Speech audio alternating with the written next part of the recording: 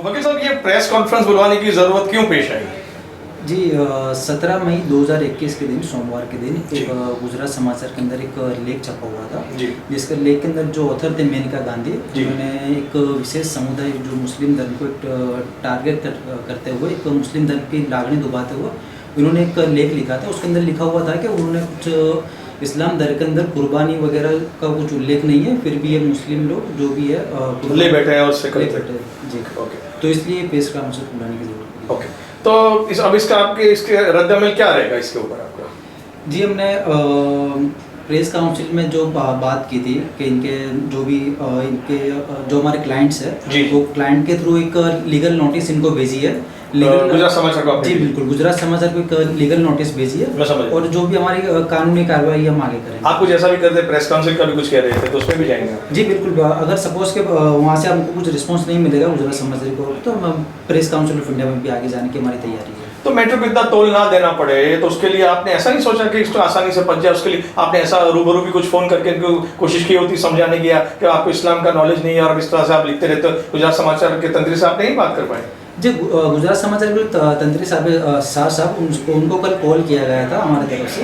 कल कॉल किया गया तो उन्होंने बोला कि आपसे जो होता है वो कर लीजिए। अच्छा, हमने जो छापा बिल्कुल सही छापा। उन्होंने ऐसा हमको यानी बिल्कुल फख्र तरीके से सब बिल्कुल और धमकी भी दे डाली कि धमकी दिया कि आपसे जो होता है वो कर लीजिए। अच्छा, तो अब ये ऐसे जो जालिम लोग हैं कि जो कानून को अपने खीसे में रखते हैं और लोगों का दिल दुखाते हैं और कौम और मिल्लत के जिससे एक खास किस्म की जो कौम को इस तरह से लीगल प्रोविजन को खीसे में रख के ऐसी धमकी दे डालते, तो उनके लिए कानून में क्या प्रोविजन है ये समझना चाहता हूँ आपसे। जी बिल्कुल, कानूनी तौर से इन पे एक क्रिमिनल इंक्वायरी बैठ सकती है। सबसे पहले तो जो क्रिमिनल केस होता है, जो इंक्वायरी होती है, जी। वो तरीके से फिलहाल अभी हमारी तैयारी है। सबसे पहले तो हमने इनको फिलहाल नोटिस दी है। जी। नोटिस का अगर सपोज कि इनका विद इन पीरियड में इनका आंसर नहीं आता जी। है, तो हमारी बिल्कुल प्रेस काउंसिल ऑफ इंडिया और हमारे जो भी लीगल एक्शन हमको जो लेना है, क्रिमिनल कंप्लेंट भी इसमें हो सकती है? क्रिमिनल कंप्लेंट भी बिल्कुल हो सकती है उसके अंदर। ओके। और जो भी प्रेस काउंसिल ऑफ इंडिया के अंदर भी हम हमारी बिल्कुल जाने के लिए तैयारी है।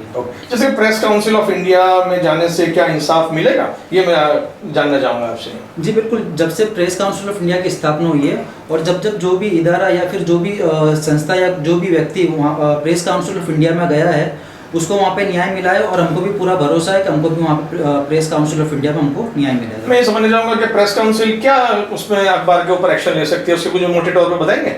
जी बिल्कुल, प्रेस काउंसिल ऑफ इंडिया है, और सबसे पहले तो जो प्रेस काउंसिल ऑफ इंडिया उसको उनको जो ग्रांट देती है, जो भी न्यूज़पेपर होता है या जो भी प्रिंट को ग्रांट, जी बिल्कुल, उनको ग्रांट रोक सकती है, और उनके साथ जो भी एडवर्टाइजमेंट होती है, जो गवर्नमेंट की जानिब से दिए जाते हैं, वो एडवर्टाइजमेंट रोक सकती है। दूसरे भी काफी सारे एक्शन ले सकती है। अखबार को भी रोका जा सकता है? जी बिल्कुल, अखबार को भी रोका जा सकता है। अदनपुर साहब, ये जो है मेनका गांधी ने जो ऑब्जेक्शन लिया और जो कौम हमारी जो मुस्लिम कौम को टारगेट करते हुए इन्होंने एक ऐसा सवाल उठाया कि कुरान में ऐसा कहीं नहीं है। सूरह कौसर आयत नंबर 2, जिसमें लिखा हुआ है फसल लिली रब्बी का वनहर, जी, तुम अपने रब के लिए नमाज पढ़ो और कुर्बानी करो। ठीक है। ये कुरान शरीफ में साफ मेंशन है, और हदीस पाक में भी आता है कि 10 जिलहज को आपको कुर्बानी करनी है। काफी सारी हदीस है, काफी सारी रेफरेंस में आपको, जो कि कुरान के स्कॉलर है ही नहीं मेनका गांधी, और फिर भी इस तरह की गलत बयानबाजी से काम लेते हैं, जो कि ऐसा इल्जाम लगाती हैं कि कुरान में ऐसा मेंशन नहीं है। तो आपके हिसाब से जो आपकी जो मालूमात है उसके मुताबिक कुरान और हदीस से बिल्कुल ये बात साबित ये कहना चाहते हैं? जी बिल्कुल,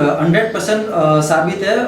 कुरान और हदीस में ये चीज़ का इसमें मेंशन किया गया है। ये गलत ही तासुर खड़ा किया जाता है कि कुरान और हदीस में ये बात नहीं है। जी बिल्कुल वाज़ेह तौर पे ये अल्फाज मौजूद है कि कुर्बानी मौजूद है। जी 100%। अच्छा साहब, आप इसका एक सवाल और करना चाहूँगा मैं, खासकर कि कई जगह पे देखा गया है कि बलि प्रथा जो है वो हिंदुस्तान में जगह जगह पर फिलहाल कई मंदिरों में भी चल रही है, लेकिन उसके बावजूद ऐसे मौके के ऊपर इस सवाल को उठाना एक संवेदना कॉलम के जरिए, ये किस हद तक सही है या इसका मकसद क्या हो सकता है?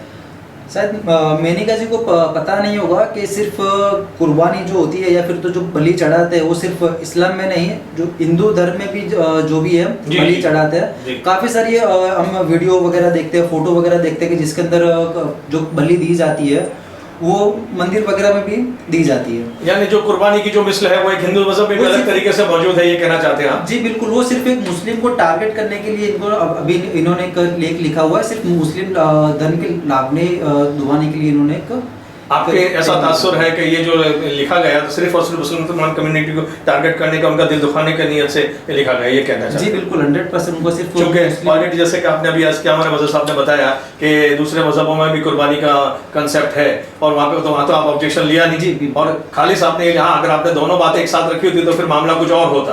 जी जी ठीक। इन्होंने सिर्फ मुस्लिम को एक टारगेट के लिए इन्होंने सिर्फ एक टारगेट किया हुआ है और पिछला काफी टाइम से चल रहा है कि सिर्फ एक विशेष समुदाय को टारगेट किया जा रहा है। यानी ये ऑथर की बात कर रहे हैं कि अखबार की बात कर रहे हैं? अखबार की भी बात कर रहा हूँ और काफी सारे मीडिया की भी मैं बात कर रहा हूँ। दोनों एक दूसरे के चट्टे बट्टे हैं और इस तरह से चोली दामन का साथ यूं कह सकते हैं।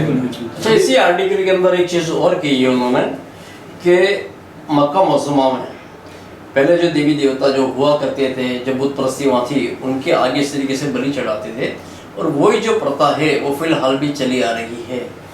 तो इस बात में कितनी सच्चाई है? हाँ, तो ये मेनका गांधी अगर पे जो ऑब्जेक्शन है ये कहती हैं, जैसे मदर साहब ने अर्ज किया, तो इस पर आप क्या कहेंगे? जी बिल्कुल, जो मेनका गांधी ने जो बिना तथ्य या बिना कुछ साबिती के साथ में उन्होंने जो कुर्बानी पे जो सवाल उठाए वो अगर मेरे सामने आ जाए तो मैं 100% कुरान और हदीस के रोशनी में कुर्बानी जो इस्लाम में जायज़ है और जो कैसे जायज़ है वो 100% मैं कुरान और हदीस के रोशनी में मैं साबित कर सकता हूँ अगर वो मेरे सामने आ जाए। एडवोकेट साहब, ये आपने जैसे हमारे मज़हब साहब ने आपको सवाल किया कि ये जो मेनका गांधी आपके अगर सामने आ जाती हैं तो आप किस तरह से इसको साबित कर पाओगे, इसको कुछ वजाहत कीजिएगा? जी, मेनका गांधी जी ने जो क्वेश्चन उठाया है कुर्बानी के ऊपर, उसके अंदर कोई सच्चाई नहीं है, कोई सबूत नहीं है, कोई तर्क नहीं है। वो सिर्फ काल्पनिक बातें कर रही है और उन्होंने जो भी मेंशन किया वो सिर्फ उनका एक तर्क, उनका सिर्फ एक काल्पनिक है। ओके, ठीक।